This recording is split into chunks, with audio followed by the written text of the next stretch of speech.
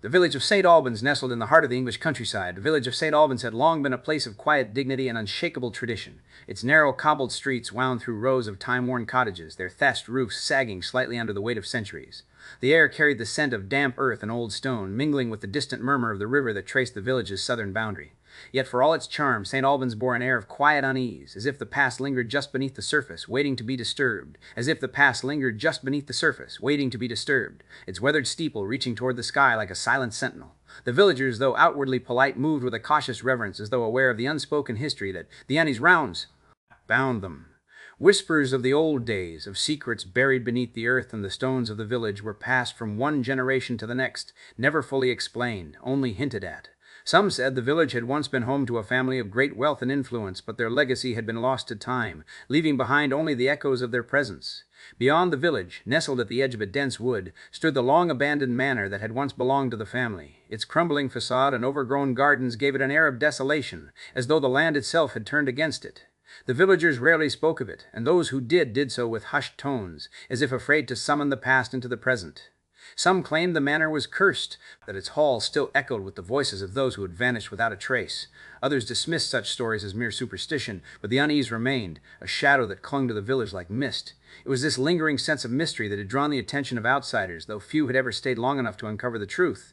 The people of St. Albans had long since learned to live with the questions that haunted their history, but now, as the days grew colder and the wind howled through the trees, a new mystery had begun to take shape, one that would soon shake the very foundations of the village and force its people to confront the past they had long tried to forget. Inspector Harcourt's arrival. Inspector Harcourt had made a name for himself in the world of detective work, not through flamboyance or showmanship, but through an unerring ability to see the truth where others saw only confusion. His reputation preceded him, whispered in the corridors of Scotland Yard and in the quiet corners of small villages like St. Albans. He was a man of method, his mind a labyrinth of logic and deduction, and his presence alone was enough to unsettle even the most composed of suspects. To some, he was a necessary evil, a man who would not hesitate to probe into the most personal of secrets in the name of justice. To others, he was a savior, a figure who could untangle the most complex of mysteries with a calm, almost clinical precision. When the news of a peculiar disappearance reached his ears, Harcourt had not hesitated. The case was unlike any he had encountered before, a missing person whose last known location was the abandoned manor on the outskirts of St. Albans. The villagers had been reluctant to speak of the manor, and the few who had dared to venture near it had returned with stories that hinted at something far more sinister than mere neglect. Harcourt, ever the skeptic, had seen such tales before, but he knew that beneath every legend lay a kernel of truth, however obscure. Arriving in St. Albans, he found a village that seemed to exist in a state of suspended animation. The people moved with a quiet efficiency, their eyes darting to the edges of the streets as if expecting to be watched. The church bells tolled with a solemnity that seemed to echo the weight of the past, and the air carried the scent of damp earth and old stone as though the village itself were holding its breath. Harcourt took note of everything, the way the villagers avoided his gaze, the way the children's laughter seemed to falter when they caught sight of him, the way even the most mundane details of the village seemed to carry an undercurrent of unease. He was not here to make friends. His purpose was clear, to uncover the truth behind the disappearance and, if necessary, to expose the secrets that had been buried in the soil of St. Albans for far too long. He had seen many cases in his career, but this one was different. The mystery of the manor, the whispers of the past, and the strange silence that seemed to hang over the village all pointed to something deeper the way. Case of missing persons. Harcourt knew that to solve this mystery he would need to tread carefully, for in St. Albans the past was not a thing of the past. It was a presence, waiting to be confronted. The vanishing of Margaret Henshaw. The first sign of the mystery came in the form of an empty room. Inspector Harcourt stood in the abandoned manor, his boots crunching against the thick layer of dust that had settled over the floorboards. The air was stale, heavy with the scent of old wood and something more elusive, an indefinable sense of decay that seemed to cling to the very walls. His eyes scanned the room, taking in the details with the precision of a man who had seen his share of crime scenes. The furniture, though aged, was still intact, though the dust suggested that it had not been disturbed in some time. The fireplace was cold, the hearth long abandoned, and the only light came from the narrow shafts of sunlight that filtered through the cracked windows. It was the absence that struck him most. The room should have been occupied. Margaret Henshaw had been seen entering it the previous evening, and according to the villagers, she had not emerged since. The door had been found ajar, as though she had simply stepped out and forgotten to close it behind her. Yet no sign of her presence remained. No overturned furniture, no signs of a struggle, no indication that she had been forced to flee. The only clue was the single overturned chair near the fireplace, as though she had sat there for a moment before vanishing. Over the floor, searching for any trace of disturbance. He found none. The room had been untouched save for the chair. It was a peculiar omission, one that suggested that Margaret's disappearance had not been the result of a sudden, violent event, but something more deliberate. Had she left of her own accord, or had she been taken? The lack of evidence made it impossible to say. He turned toward the door, his mind already working through the possibilities. If she had left of her own volition, why had she not returned? And if she had been taken, then who had taken her, and for what reason? The villagers had been reluctant to speak of the manor, but now, with a missing person and a mystery that seemed to stretch far beyond the immediate, their silence had become a source of suspicion rather than comfort. Harcourt's instincts told him that the answer lay in the past, in the history of the manor and the village itself. He had seen many cases in his career, but this one was different. The absence of evidence, the eerie stillness of the room, the unspoken fear in the eyes of the villagers, all of it pointed to something deeper than a simple disappearance. He had come to St. Albans to solve a mystery, but as he stood in the empty room, he realized that the mystery had already begun to take shape, and it was far more complex than he had anticipated. The people of St. Albans. As Inspector Harcourt moved through the village, he quickly realized that the people of St. Albans were as enigmatic as the manor itself. Each villager carried their own secrets, and their interactions with one another were laced with an unspoken tension that seemed to permeate the very air. Among them was Reverend Whitmore, the village's spiritual guide, whose presence was both comforting and unsettling. With his silver hair and kind eyes, he exuded a sense of authority, yet there was an underlying unease in his demeanor, as if he were burdened by the weight of the past. He had been the one to speak of the manor's history, but his words were often vague, as though he feared what might be uncovered if the truth were to surface. Then there was Mrs. Ellery, the village's oldest resident, who had lived in St. Albans for over 70 years. Her home, a quaint cottage with a garden of wildflowers, was a sanctuary for the villagers, who among them one to speak of the manor's history, but his words were often vague, as though he feared what might be uncovered if the truth were to surface. Then there was Mrs. Ellery, the remaining in St. Albans for over 70 years. Often sought her counsel. She spoke of the manor with a mixture of reverence and fear, recounting tales of the family that had once resided there. Yet, when Harcourt inquired about the missing Margaret, her eyes flickered with something that was not quite fear, but rather a deep-seated sorrow. She had known Margaret's family, and her silence seemed to echo the unspoken fears that haunted the village. On the other side of the spectrum was Thomas Bell, the village's blacksmith, whose gruff exterior masked a heart full of resentment. He had always been a figure of strength in the village, a man who could forge any metal and mend any broken tool. Yet, Harcourt sensed that Thomas harbored a grudge against the manor, a grudge that seemed to be tied to the village. He had once resided the village. He been a servant in the manor, and the memories of that time were etched into his every word. When Harcourt approached him, the man's face darkened, and he spoke of the family as if they were a curse upon the land, a reminder of the pain that had been inflicted upon him and his family. As Harcourt continued his inquiries, he noticed how the villagers' responses varied. Some were eager to speak, their voices trembling with the weight of the past, while others remained silent, their eyes darting away as if afraid to confront the truth. Each character, with their own motivations and secrets, formed a complex web of relationships that would soon become crucial in unraveling the mystery of Margaret Henshaw's disappearance.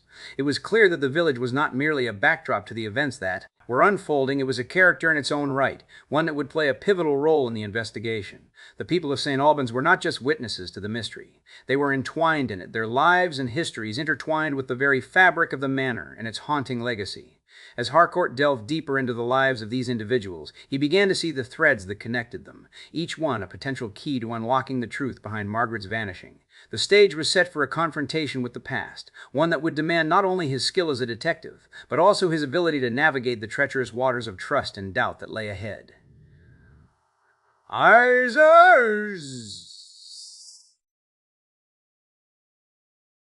Each those trusts of the manor. As Inspector Harcourt delved deeper into the mystery, he found himself drawn to the legend of the manor, a tale that had been whispered among the villagers for generations. It was said that the family who once resided in the grand estate had been cursed by a vengeful spirit, a specter born from the very land that surrounded their home. The villagers spoke of strange occurrences, how the wind would howl through the trees at night and how the shadows would dance in the corners of the manor, as if watching the unworthy. Some claimed that the family had once been wealthy and powerful, but their greed had led to their downfall, and the curse had been placed upon them as a punishment for their transgressions. Harcourt, ever the skeptic, was initially inclined to dismiss such tales as mere superstition. Yet, as he walked the cobbled streets of St. Albans, he could not shake the feeling that there was more to this story than mere folklore. The villagers' fear was palpable, and their reluctance to speak of the manor only deepened his intrigue. It was as if the very air around the village was thick with unspoken secrets, and he could feel the weight of history pressing down upon him. Determined to uncover the truth, Harcourt sought out the village's oldest resident, Mrs. Ellery, who had long been the keeper of the manor's stories. As he approached her cottage, he could see the flicker of fear in her eyes.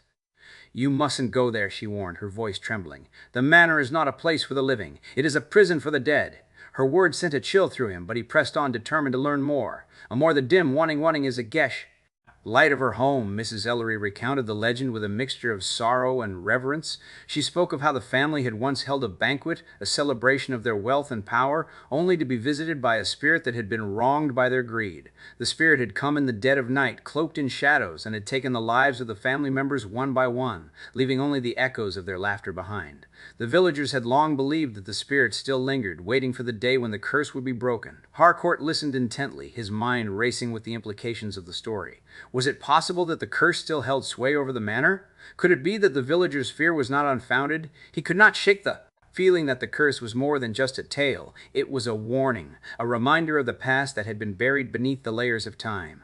As he left Mrs. Ellery's cottage, the weight of the legend pressed heavily on his mind. He could not ignore the sense of foreboding that lingered in the air, the unspoken fear that seemed to hang over the village like a shroud.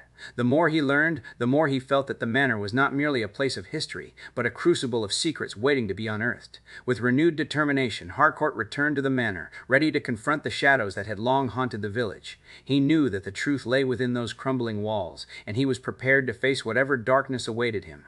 The curse of the manor was not just a story, it was a mystery that demanded to be solved, and he would not rest until he had uncovered the truth behind the whispers of the past. The missing heirloom. As Inspector Harcourt delved deeper into the mystery, a new thread began to emerge, one that intertwined with the curse of the manor and the missing Margaret Henshaw. It was during one of his investigations that he stumbled upon a peculiar piece of information that had been overlooked by the villagers. A local historian, Mr. Pembroke, had recently discovered a long-forgotten heirloom, a delicate silver locket that had once belonged to the family that had resided in the manor. The locket, adorned with intricate engravings of the family crest, had been lost during one of investigations that he stumbled upon a peculiar piece of information that had been overlooked by the villagers. The missing heirloom, as Inspector Hen's lobbying has been die. Disappearance had only added to the villagers' growing unease. Harcourt was intrigued by the significance of the locket. It was more than just a trinket. It was a symbol of the family's legacy, and its absence could be a key to understanding the curse that had haunted the manor for generations. As he approached Mr. Pembroke, the historian's eyes lit up with a mixture of excitement and trepidation. "That locket," he said, his voice quivering, "was said to be a protective charm against the very curse that befell the family. It was believed that whoever possessed it would be shielded from the spirit's wrath." Harcourt's heart raced at the implications. If the locket had indeed been a protective talisman, its loss could be the catalyst for the curse's resurgence. He pressed Mr. Pembroke for more details, but the historian's answers were vague, as if he feared what might happen if the truth were to be fully revealed. "Some say it was hidden away, buried deep within the manor," he whispered, his voice barely above a murmur. "But others believe it was taken by the spirit itself, as a punishment for the family's greed." The more Harcourt learned, the more the tension in the village seemed to intensify. The villagers, once reluctant to speak of the manor, now found themselves gripped by a renewed fear. Whispers of the locket's disappearance spread like wildfire, and the belief that it was a harbinger of the curse began to take root in the minds of the villagers. Some claimed that the spirit was searching for the locket, seeking to reclaim its power and exact vengeance upon those who had wronged it. Others, however, dismissed these tales as mere superstition, unwilling to believe that the past could still hold sway over their present. As the days passed, Harcourt could feel the weight of the locket's absence pressing down upon him. The villagers' conflicting beliefs only deepened the mystery, creating a chasm of doubt that threatened to consume them all. Was the locket truly a key to breaking the curse, or was it merely a relic of the past, a symbol of a history that should remain buried? The questions lingered in the air as the villagers grappled with the possibility that the curse was not just a tale, but a living force that could shape their fates. In the heart of St. Albans, the line between trust and doubt grew ever thinner, and the shadows of the past seemed to reach out, beckoning the villagers to confront the truth that lay hidden within the manor's crumbling walls. The hidden chamber.